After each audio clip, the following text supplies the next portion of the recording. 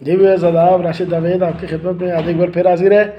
उम्मीद है सब खैरियत से होंगे। तो मौसम अब आपको पता है कि अच्छा हो रहा है, नवंबर आ चुका है और इस वक्त लाहौर का जो DHA है फेज़ 4 वहाँ से बात कर रहा हूँ और वहाँ पे इस वक्त एक अंधेरी चल रही है, तो खिड़कियाँ वगैरह हमने बिल्कुल बंद कर दी हैं।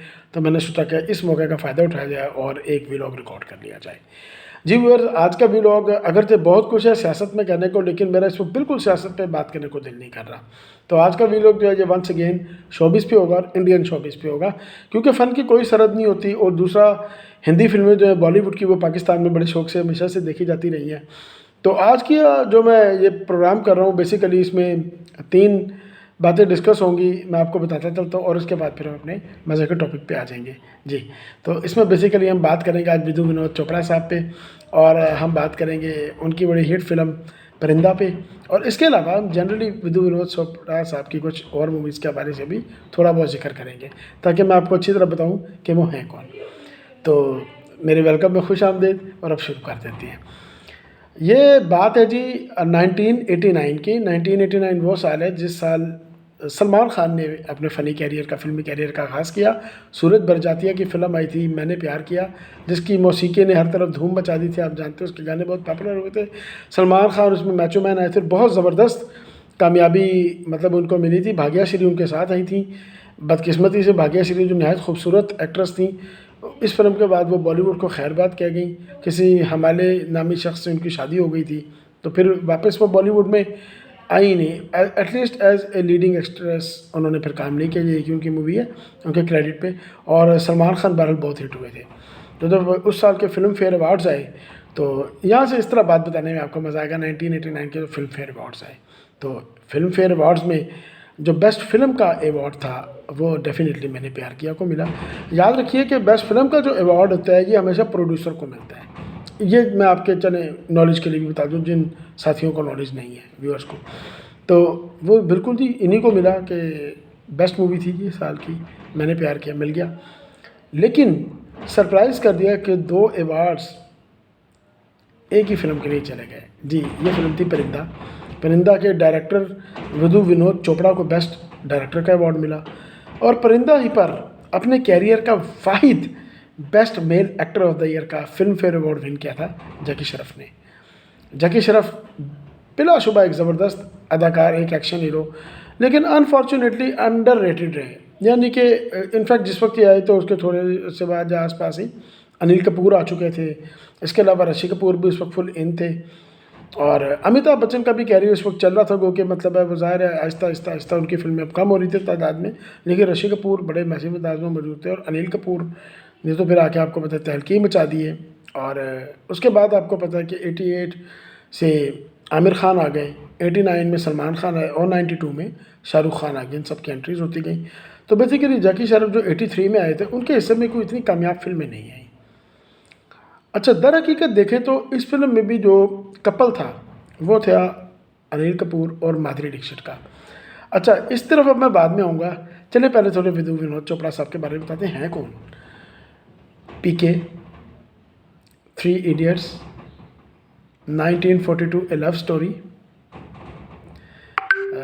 एकलाविया, परिणीता, और ये जिस फिल्म की मैं बात कर रहा हूँ परिंदा, ये इनकी शानदार फिल्में हैं जिनका हमेशा जिक्र किया जाता है। इनमें से याद रखिएगा कि जो और मुन्ना भाई MBBS और लगे रहो मुन्ना भाई, ये भी इन्हीं की फिल्में हैं। ये सारी फिल्में जो हैं ज़्यादातर, ख़ास तौर पे आमिर खान की 2 फिल्में जो की इन्होंने, और इसी तरह संजय दत्त की जो 2 फिल्में की इन्होंने, हाँ, और संजू संजू भी इनकी फिल्म थी। ये सब फिल्में इन्होंने एज ए प्रोड्यूसर बनाई। और इन 5 फिल्मों में राजकुमार हिरानी, जिनको राजू हिरानी भी कहा जाता है, ही वॉज द डायरेक्टर। आप जानते हैं कि मुन्ना भाई MBBS एक बहुत बड़ी हिट मूवी है, बहुत बड़ी कामयाब फिल्म है। तो ये विधु विनोद चोपड़ा साहब ने प्रोड्यूस की थी। विनोद चोपड़ा फिल्म्स, VC का इनका वो है लोगो, तो ये उसके तर्जे बनाते हैं फिल्में। हाँ, तो अब आ जाते हैं जी, यहाँ से बात ज़रा एक और तरफ ले जाते हैं। इनकी एक और डायरेक्टोरियल खूबसूरत मूवी, फिर किसी नेक्स्ट व्लॉग में उस पर बड़ी डिटेल में बात करेंगे। That was 1942 A love story, जिसके डायरेक्टर भी थे, प्रोड्यूसर भी थे। और 1942 ए लव स्टोरी में इन्होंने बहुत बड़ा ब्रेक दिया था। आफ्टर मोर देन, समझ लीजिए कि 10 to 12 ईयर्स, R.D. बर्मन को, और R.D. बर्मन ने इस फिल्म का नहायत खूबसूरत म्यूज़िक डायरेक्ट किया था। अनफॉर्चुनेटली फिल्म के रिलीज़ से 3 महीने पहले वो इस दुनिया से चले गए थे। किसी व्लॉग में बात करेंगे इसके म्यूज़िक के ऊपर, इस मूवी पे बात करेंगे। अब आते हैं जी परिंदा की तरफ। परिंदा इंडिया की वो फिल्म है जिसके बारे में ये कहा जाता है कि अगर आपने डायरेक्शन की खूबसूरती देखनी है तो आप परिंदा देख लीजिए।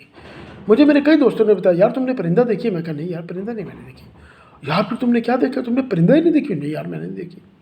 किसी टाइम देखो यार इस मूवी को। तो फिर अल्टीमेटली इसकी डीवीडी मैंने ली और ये मैंने मूवी देखी। इस्लामाबाद में होता था मैं, मेरी पोस्टिंग थी NTC में। मैंने परिंदा देखी लाके and I fail in love with that movie.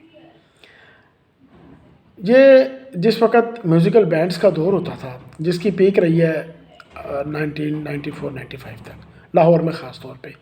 इसमें बहुत बड़ा बैंड था जुपिटर्स, इसके अलावा बैंड था वेट मेटल। ये दोनों जुपिटर्स प्रोडक्शन के बैंड थे।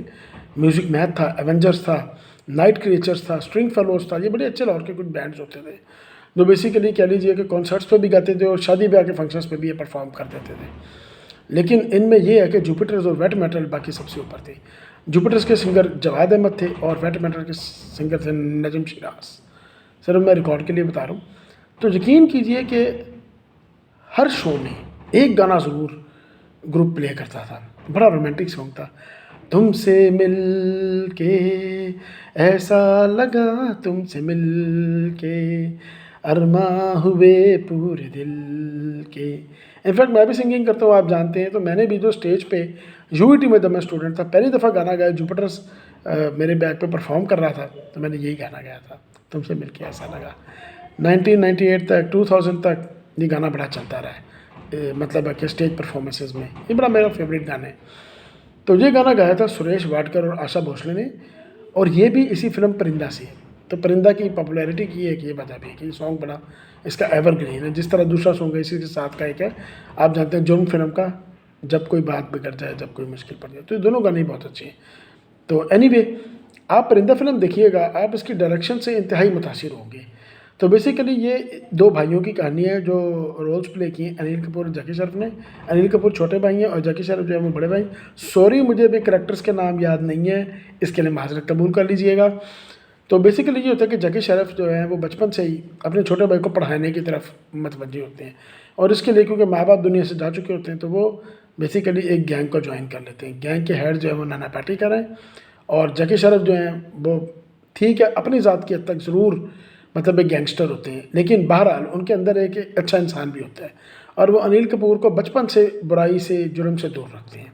अनिल कपूर के साथ जो पल के बड़ी होती है, इनफैक्ट जैकी श्रॉफ, अनिल कपूर और दो बहन भाई होते हैं जो कि रोल्स प्ले किए हैं। अनुपम खेर ने जो एक पुलिसमैन बनते हैं, और उनकी सिस्टर होती है माधुरी दीक्षित, जिनकी अनिल कपूर के साथ पेयरिंग है। तो बचपन से इन दोनों की आपस में लाइकिंग होती है, और जब ये बड़े हो जाते हैं तो जो जैकी श्रॉफ हैं वो ज़ाहिर है कि हत्तुल इम्कान कोशिश कर रहे होते हैं कि अनिल कपूर को, माधुरी को और अनुपम खेर को मुमकिन तौर पे अपनी कार्रवाइयों से या अपनी क्या कहना चाहिए जी, अपनी एक्टिविटीज़ से दूर रखें, यानी इनका साया उन पे ना पड़े। लेकिन कुछ होता ये कि क्योंकि अनुपम खेर होते हैं पुलिसमैन, वो ना चाहते हुए भी उलझ पड़ते हैं इस गैंग से। जब वो इस गैंग से उलझ पड़ते हैं तो नाना पाटेकर उनका मर्डर करवा देता है, फिल्म में मर्डर करवा देता है उनका। ये चीज़ माधुरी को बहुत बुरी तरह हिट करती है, अनिल कपूर को भी बहुत ही बुरी तरह हिट करती है, क्योंकि अनिल कपूर और अनुपम खेर आपस में बहुत ही अच्छे और प्यारे दोस्त थे। दोनों की बहुत ही गहरी दोस्ती होती है। तो अनिल कपूर बहुत ही दुख में चले जाते हैं, और अल्टीमेटली आहिस्ता आहिस्ता उन्हें पता चलता है कि ये फला 3 बंदों ने अनुपम खेर का मर्डर किया। वो किसी न किसी बहाने से जैकी श्रॉफ के गैंग में शामिल हो जाता है। अनिल कपूर जो हैं शामिल हो जाते हैं। जैकी श्रॉफ नहीं चाहते कि वो बदमाशी करें, लेकिन अनिल कपूर मजबूर होते हैं कि वो उन 3 बंदों से बदला लेकर रहेंगे। अल्टीमेटली क्या होता है, क्योंकि पुरानी फिल्म है इसलिए मैं स्टोरी रिवील कर रहा हूँ, आप में से कई लोग देख भी चुके होंगे। अनिल कपूर बारी बारी उन तीनों के तीनों बंदों का मर्डर कर देते हैं, तीनों का, just to please Madhuri and to please himself कि मेरा दोस्त इन लोगों ने बेरहमी से मारा था। वो तीनों लोगों का मर्डर हो जाता है। लेकिन होता ये है कि आखिर में नाना पाटेकर को हकीकत पता चल जाती है कि ये इस लड़के ने, सॉरी मुझे कैरेक्टर का नाम याद नहीं, कि इसने मारा है मेरे 3 पुराने वफादार साथियों को। तो नाना पाटेकर जो है वो मर्डर करवा देता है अनिल कपूर और माधुरी दोनों का, उनकी वेडिंग नाइट पे। उसके बाद क्या होता है वो बहुत ज़बरदस्त है। और मैं आपको बताऊं कि वाकई आप मान जाएंगे कि जैकी शेरफ इज़ अ ग्रेट एक्टर। मैं वाज नहीं कर रहा क्योंकि जिंदा है, ज़ाहिर है इज़ अ ग्रेट एक्टर।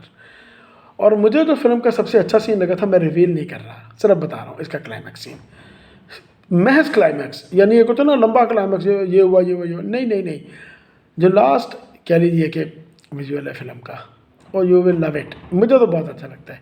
तो व्यूअर्स ये मूवी लाजमी देखिए, आपको बहुत पसंद आएगी। थैंक यू वेरी मच, बहुत बहुत शुक्रिया, जल्द आपसे दोबारा मुलाकात होगी।